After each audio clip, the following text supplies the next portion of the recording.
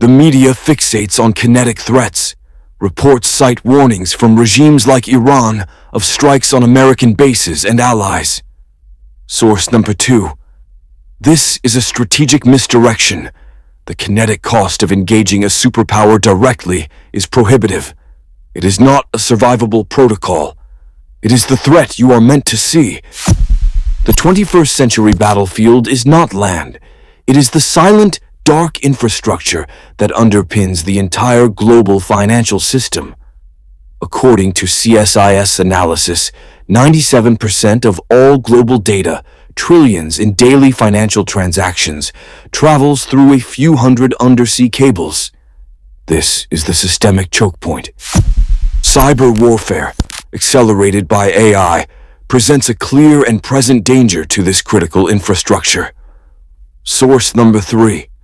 However, the most asymmetric vector is simpler. A state does not need a carrier group to sever a cable. It requires a repurposed commercial vessel. The objective is not military victory. It is information darkness. This is the blind Leviathan protocol, to render a global power deaf, disoriented, and economically paralyzed. When a regime faces internal collapse due to sustained protests and internal repression, source number 1, its calculus shifts from deterrence to asymmetric escalation. An alternative to blinding the sea is blinding the sky.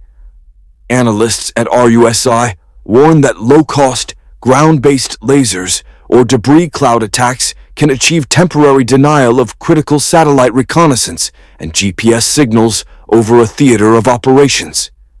The goal is to make the Leviathan blind. Severing market data or GPS for even 48 hours triggers a cascading solvency crisis. This is a mathematical conversion of military weakness into global economic liability. The real launch-on-warning posture is not for a missile. It is for an attack on the flow of information itself. The most dangerous vector is silence. The operating assumption is that nations go to war for territory or ideology. That assumption is now a fatal liability. We're not witnessing wars of expansion. We are witnessing solvency crises externalized through kinetic action. When a regime's domestic liabilities exceed its political capital, it behaves like a failing corporation. It seeks a bailout through manufactured crisis. CSIS analysis frames Russia's conflict not as a simple land grab, but as a desperate bid to manage an internal solvency event. An unpopular war becomes a catastrophic fiscal drain, a domestic liability threatening the regime's survival. The kinetic cost of conventional victory becomes mathematically impossible. The state is, for all intents and purposes, bankrupt. This is the pivot point. When symmetric warfare guarantees collapse, the survival protocol is asymmetric escalation. It is a forced conversion of military weakness into economic leverage. The objective shifts from defeating an army to inflicting a systemic, non-linear shock on the global system that props up your adversary. This blueprint is not theoretical.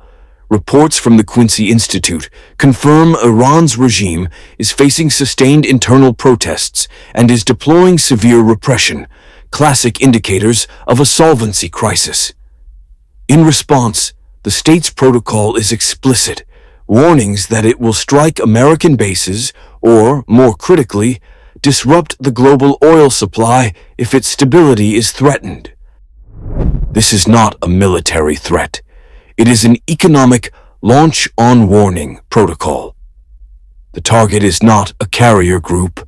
The target is the price of oil. The goal is to trigger a systemic liquidity crisis for the West, making the cost of containing the regime higher than the cost of tolerating it. This is mathematical coercion. The vector is not limited to kinetic choke points. As reports on India's infrastructure vulnerabilities show, the new accelerant is AI-fueled cyber warfare. For a desperate state, the kinetic cost of sinking a tanker is high.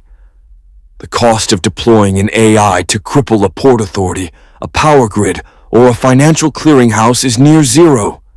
This is the ultimate expression of asymmetric leverage. The kinetic cost of projecting power has collapsed. According to RUSI, a state can now liquidate a $5 million main battle tank with a $500 drone. This is a 10,000 to 1 cost asymmetry. This is the democratization of violence.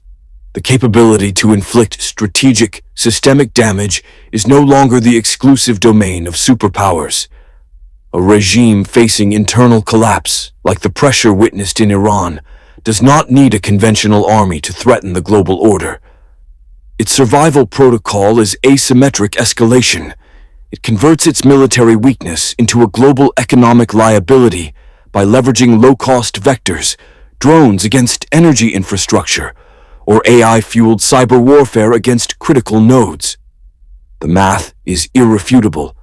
For a negligible investment, a desperate actor can trigger a solvency crisis in markets thousands of miles away. This isn't warfare. It's economic arbitrage with kinetic outcomes. The strategic map is no longer defined by national borders, but by zones of systemic vulnerability. These are the gray zones. Analysts at CSIS identify them not as countries, but as proxy laboratories, regions of high internal instability and low state capacity, perfect for staging attacks with plausible deniability. This is the operational theater for 21st century economic warfare, deployed without triggering a kinetic response. The accelerant is internal collapse. Consider Iran. Reports from the Quincy Institute and other open sources confirm the regime is challenged by sustained internal protests and is responding with a tough clampdown. This desperation creates a dangerous launch-on-warning protocol. While they publicly threaten to hit military bases if struck, the true doctrine is asymmetric. Convert internal political liability into external economic leverage before the regime reaches a solvency crisis. The regime's survival protocol leverages two low-cost vectors for disproportionate impact. Vector 1. Energy choke points. As analysis from WION demonstrates, a conflict involving Iran weaponizes global oil prices, triggering a systemic shock. Vector 2. Critical infrastructure. An eScan report on AI-fueled cyber warfare confirms this is not a future threat. It is an active one. The kinetic cost is near zero. The economic liability is mathematically designed to be catastrophic. These attacks are not staged from sovereign territory, which would guarantee a conventional response. They are laundered through the gray zones.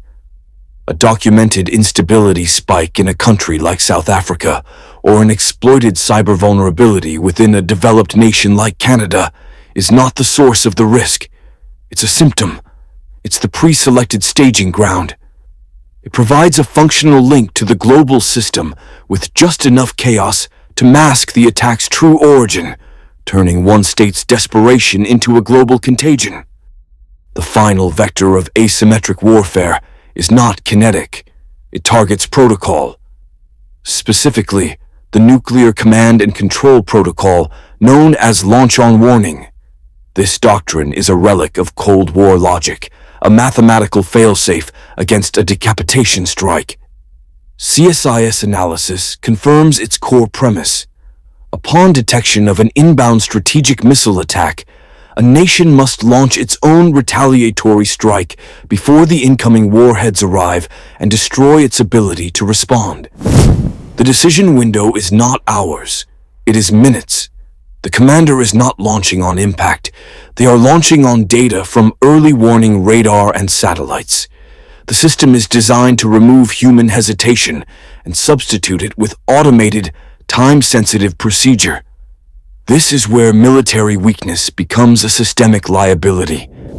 A conventionally outmatched state facing internal solvency crisis, as documented by the Quincy Institute, understands it cannot win a direct conflict. But it doesn't need to. By leveraging cyber warfare against critical infrastructure, as reports from ET Edge Insights warn, is an accelerating threat. It can create a fog of digital war. A targeted cyber attack does not need to steal data. It only needs to blind the radar. In that moment, the commander is faced with a zero-sum calculation. Is the signal loss a technical glitch? Or is it the opening move of a full-spectrum attack designed to blind them moments before impact? The launch-on-warning protocol has a default answer. Assume the worst. The desperation of a regime that has already warned it will hit American assets per open-source intelligence forces the superpower's hand. This is the mathematical conversion of weakness into a global trigger. The regime's solvency crisis is terminal. Continued internal protests, met with escalating repression, create a mathematical certainty. The state must externalize its crisis to survive. While legacy media focuses on kinetic threats against American bases or Israel, this is a strategic misdirection. According to CSIS assessments, the true protocol is asymmetric escalation, converting military weakness into global economic liability. The chosen vector is not a missile, it is a logic bomb. Reports from security analysts like eScan highlight how AI is fueling cyber warfare capabilities, specifically targeting India's critical infrastructure. This is not a coincidence, it is a blueprint. The objective is to trigger a systemic shock to global oil and trade flows, as detailed in WION analysis, without a clear return address. This is a launch-on-warning posture for economic warfare. Before a full-scale assault on a primary choke point like Hormuz, a weaker actor must test the global system's response, latency, and fragility. They need to measure the blast radius of a non-kinetic event on market liquidity and political will. This test is the calibration shot.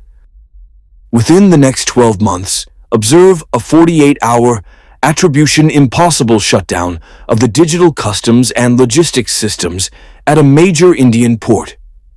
The event will be categorized as a catastrophic server failure, but it is a deliberate, low-cost demonstration of a high-impact capability. This is the signal that the board has been set.